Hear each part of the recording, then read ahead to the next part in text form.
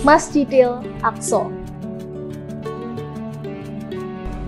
merupakan tempat kedua yang disinggahi Nabi Muhammad saat perjalanan menempuh Isra Mi'raj, tepatnya pada malam 27 Rajab yang tertulis di Quran Surah Al-Isra ayat 1. Di Al-Quran tertulis Masjidil Aqsa bukanlah merupakan masjid, namun merupakan sebuah kawasan di Bukit Moria seluas 144 hektar. Lantas, apa saja fakta menarik dari Masjid Al-Aqsa yang merupakan kiblat pertama bagi umat Islam?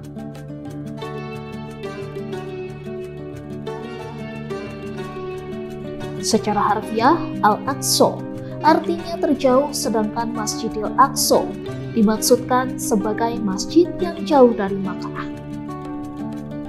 Di dalam Al-Quran, kawasan Masjidil Aqsa dideskripsikan berupa sebidang tanah dengan sebuah batu besar dan gua di bagian bawahnya.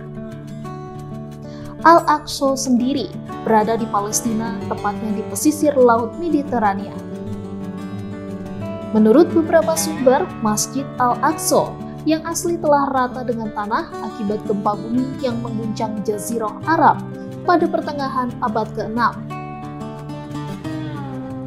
Pembangunan kembali Masjidil Aqsa dilakukan oleh Khalifah Al-Walid dari dinasti Umayyah, lalu direstorasi dinasti Abbasiyah.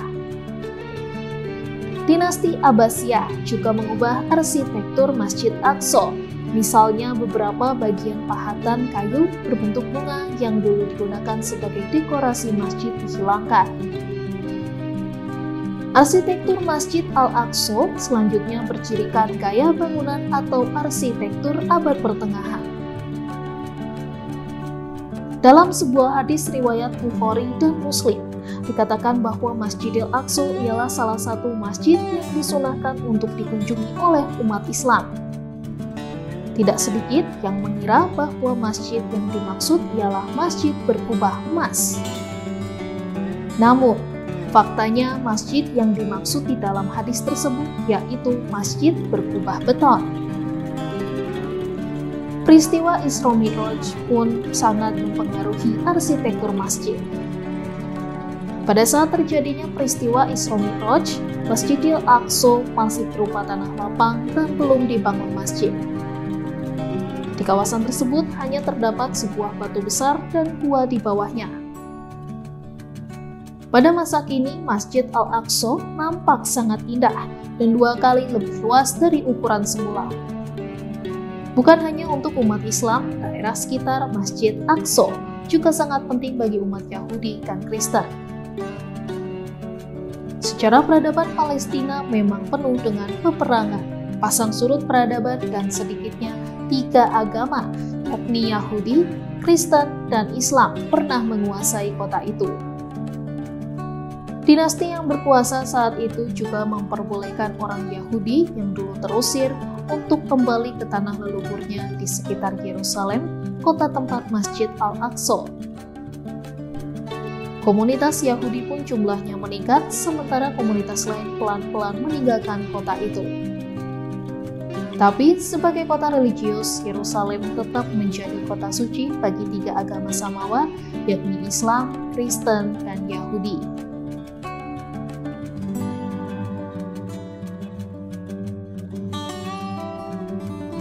Sebelum kiblat sholat umat Islam menghadap ke Ka'bah, Mekah, kiblat sholat umat Islam pertama kalinya diarahkan ke Masjidil Aqsa.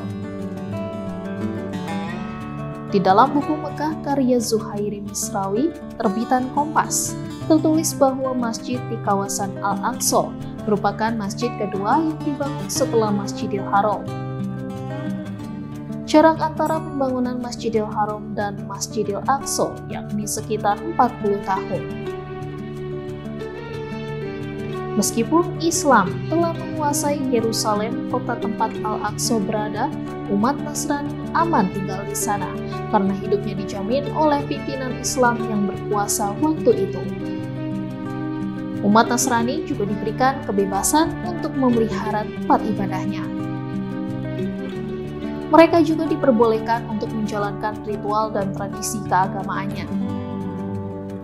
Pada abad ke-7, kota itu menjadi kota ketiga terpenting bagi umat Islam setelah Mekah dan Madinah yang menjadi tujuan bagi para peziarah.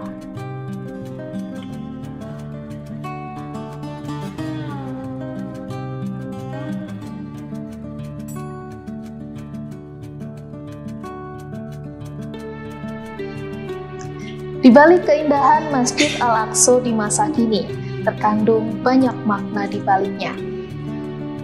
Masjid yang berada di Palestina ini juga merupakan kiblat pertama bagi umat Islam. Keberadaannya pun dianggap penting bagi umat agama lain di sekitar Masjid Al-Aqsa, yakni umat Yahudi dan Kristen.